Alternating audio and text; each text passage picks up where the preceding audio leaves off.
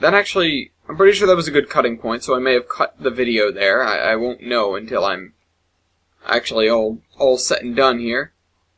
But that was about 25 minutes of content, and I'm going to try and wrap up. I'm going to do a little bit more of this mountain, and then I'm going to come back around and do the other side of this river. And then next episode we'll work on what's on the other side of the other thing. Nope, that's not high enough.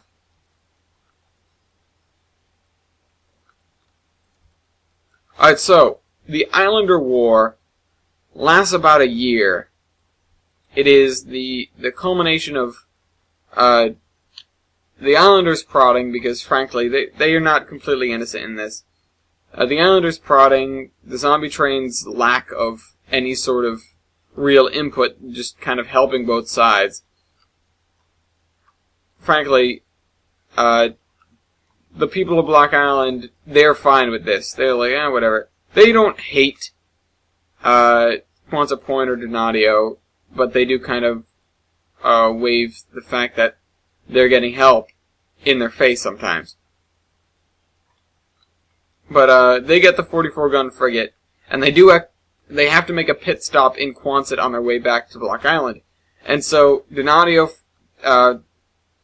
believes this is an act of war, and henceforth declares war on the Republic of Block Island.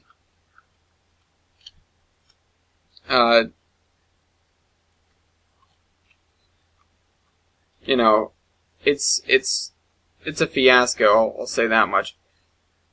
But he declares war on the Republic of Block Island. The Block Islanders are, not to say kind of unenthused by this, but they don't do anything about it.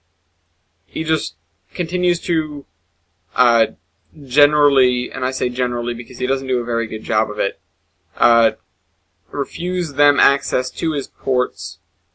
They come anyways. And refuse them access to his ports and refuse all trade, which he wasn't trading with them anyways.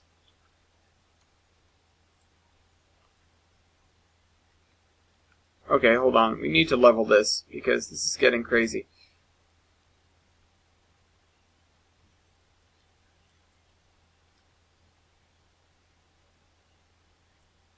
A little bit wider, thank you.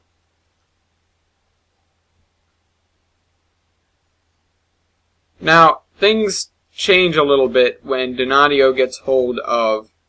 he after a few months, gets tired of the lack of response and decides to basically take matters into his own hands, because he was expecting them to make a move. As there's a war on, you know. The enemy's got to do something, right? You declare war, and so, what do they just sit there on their heels? Well, that's exactly what they've been doing. So he's not only upset by that, but he wants his control now. He's getting towards the end of his illness. He's gone completely bonkers, and he just wants control. Originally he wanted to control the Block Island Ferry, but not, madly. It was just like, I'll help you if you give me control, if you give me control, but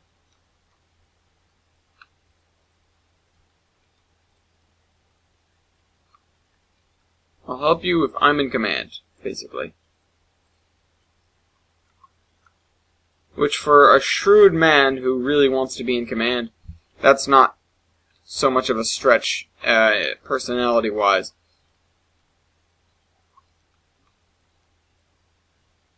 But again, he's already had his mercury-filled office for some time at that point.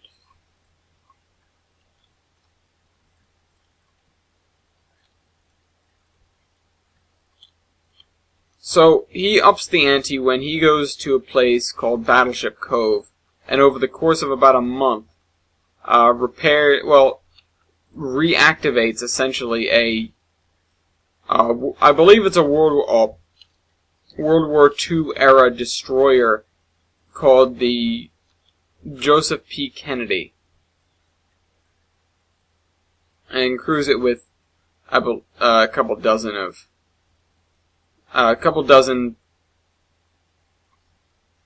men of the Quonsets. A couple dozen Quonset people. And in doing so, well, he patrols Narragansett Bay with this about once a week, hoping to catch them. But of course, if he sees the ship go by, that's it. He's kind of, if he's sitting in Quonset and the ship is in the Constitution goes by, he can't do anything about it because by the time he gets the boat started, the Constitution's long gone. Or the Constitution's made it to Providence, at which point they're trading with us, and he, mad as he may be, doesn't want to upset the trade agreement with the zombie train, so he doesn't. He will not do an act of aggression against the Black Islanders while the zombie train is there. What he doesn't know is that the zombie train isn't there. They're trading with just local people that come down to the port of Providence, however dangerous it may be, in order to trade. And the zombie train is out west at this point. We've gone out for supplies and repairs in Portland.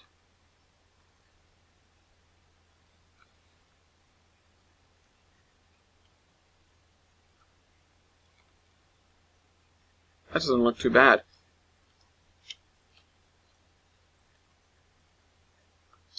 So he holds off until one day he just catches them by chance, coming out of Narragansett Bay.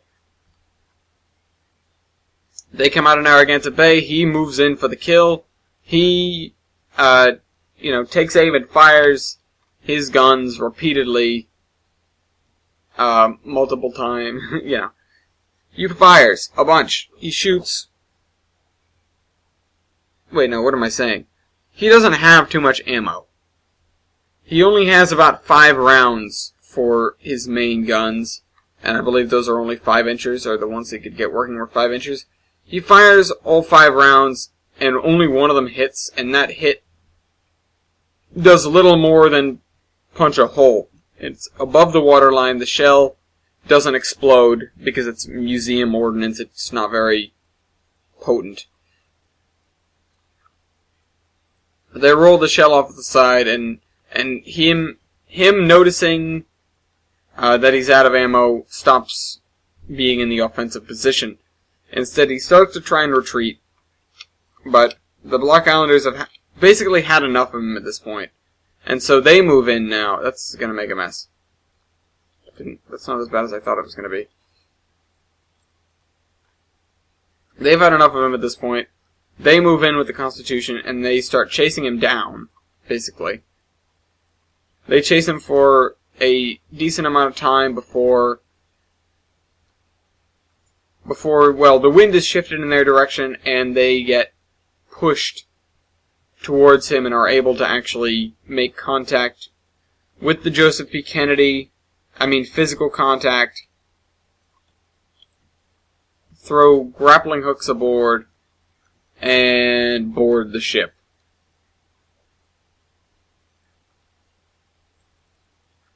They board the ship successfully. There's a little bit of resistance, but it's overcome quickly, and they corner Donadio in his quarters. They corner him on the bridge. I don't know where it goes from there, but I do know that the Quonset Point Buildings Electric Boat, which is the name of the submarine manufacturer that's there, burns just days later.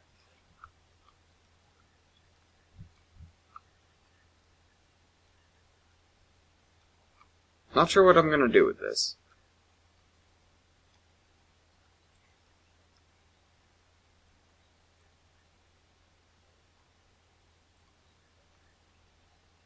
Whoa! Oh, I missed. Get back on this thing. Ba-bum. Alright. So let's flatten out this area, and then we can see what we can do with it. Having such a drastic terrain difference makes it difficult to work with.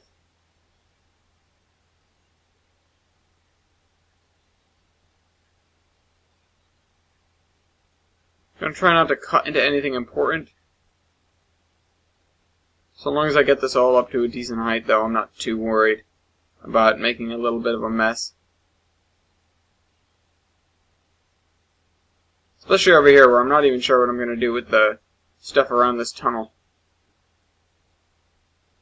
Alright, so let's finish this up here. Leave that little plateau there, just because it's weird like that.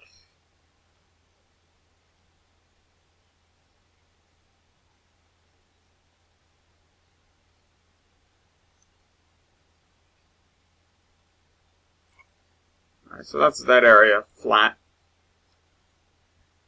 Let's flatify this.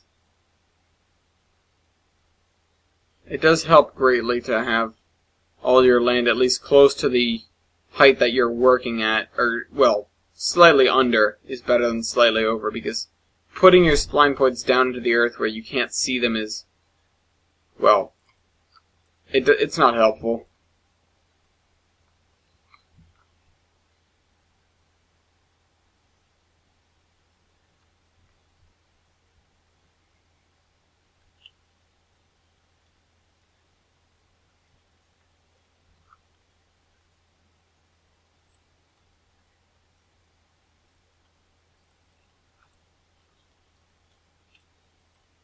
I'm going to thread this over here, because that's where I want this summit to be. And if this is 640, I want that to be at least 800.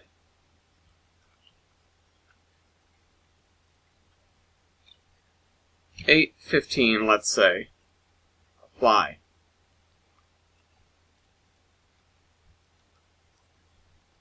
Punch in 600 here. 650. That's a 9, but that's okay.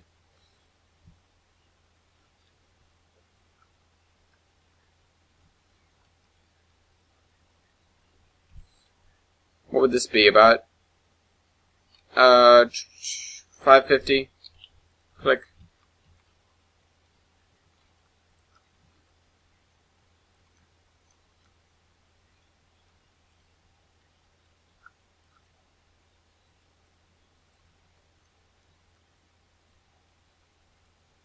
Let's see how this turned out.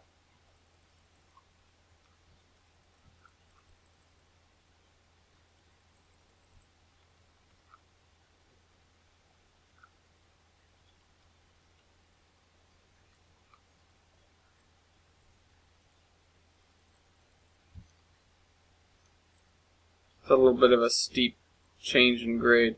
Where's the... Ah, there you are.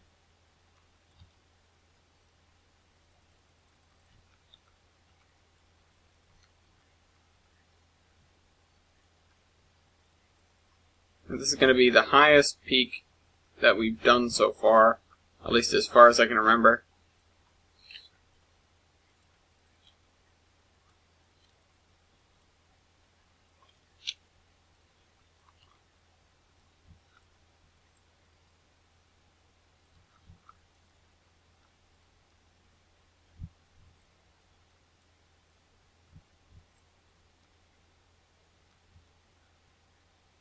Not enough. One more. That was a little bit too much. Oh, I finally remember. It was a line from something that I was trying to remember for the longest time. And it was from the stupid, the most recent, like, Yogi Bear movie that came out. Now, I don't remember what it was, but... And I never even saw it. It's just the trailer. This moment from the trailer stuck in my head because I laughed so hard. You know, he's going, you know, trying to steal another picnic basket or whatever those bears get up to. And they've got some sort of stupid contraption, and Yogi's like, oh, boo-boo, give him the razzle-dazzle. And you know, Boo Boo hits this thing in contraption, whatchamacallit. I have no idea what it is. I can't remember. And it just launches him. You know, let's give him the razzle dazzle. And then he goes he goes a mile in the air. It's, you know, supposed to be cartoony and funny. He goes, too much razzle! As he flies off into the distance. I don't know. That one struck a chord. That one was funny. Speaking of childish things that are totally worth it for non-children to be into, anyone seen the Muppets movie? I've heard it's good. I've heard it's pretty decent. And I haven't seen a thing from the Muppets in years. And I'm not exactly tempted to go see this, but I don't know, I've heard it's funny.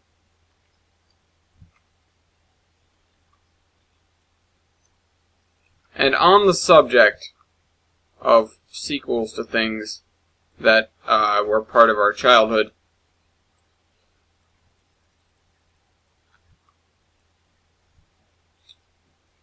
sorry, got sidetracked with building this track. Mountain track. Terrain track, that's what I called it before, and someone was like, lol, terrain track. Incredibles 2, huh? Yeah, that's something I've been waiting a long time for. Or something I've been waiting a long time to hear about, at least. That's something I'm going to enjoy. I always loved The Incredibles.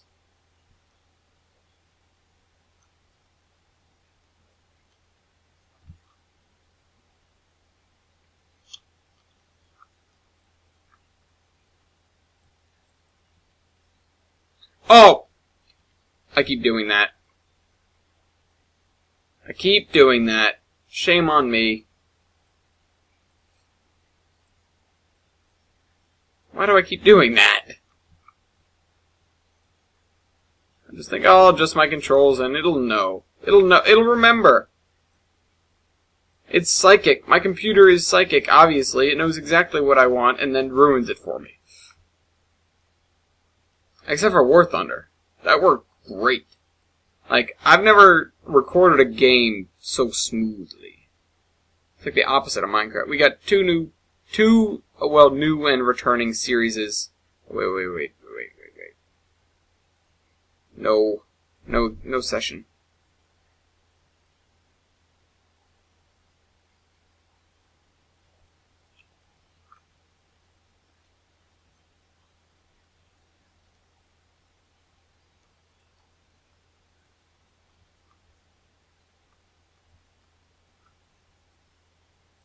Hold on, I'm gonna have this, I hit control. I'm gonna have this kind of sweep across this way, and then reconnect over here. Reason for that is I want to put something in here that'll, oh, there we are.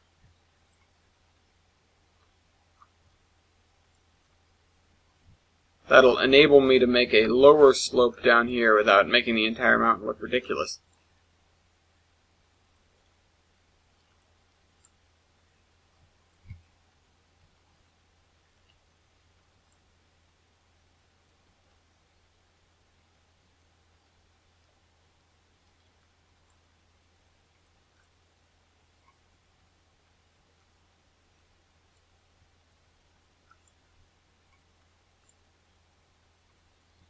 And now I've got Thriller stuck in my head. Today is the day of random things coming back to me. First it was, we went through the Muppets, the Incredibles, Yogi Bear.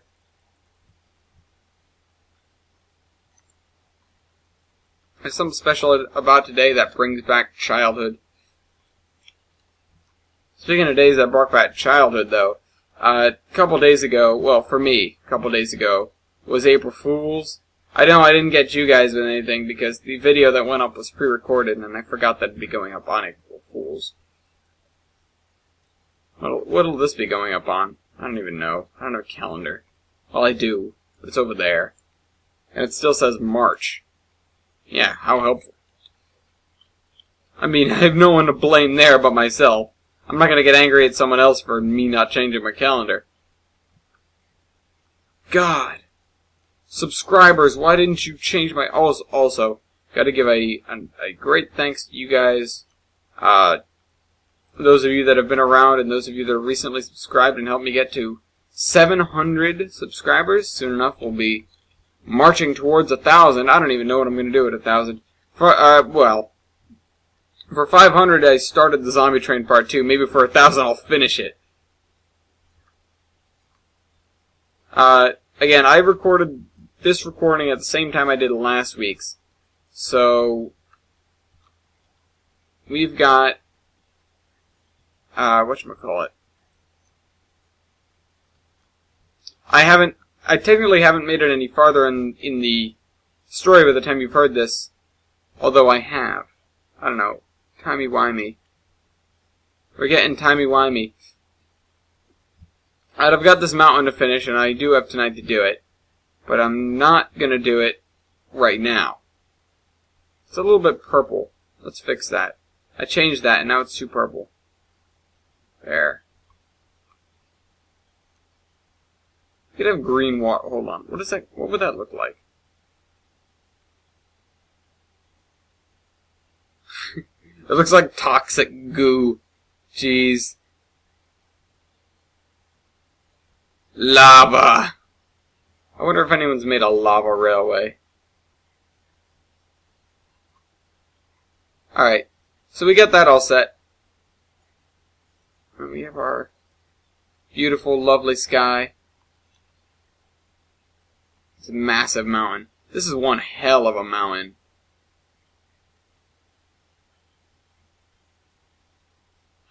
I have this little basin here.